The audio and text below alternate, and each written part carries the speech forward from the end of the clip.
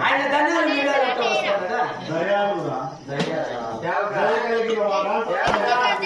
ధనియాలు మిరియాలు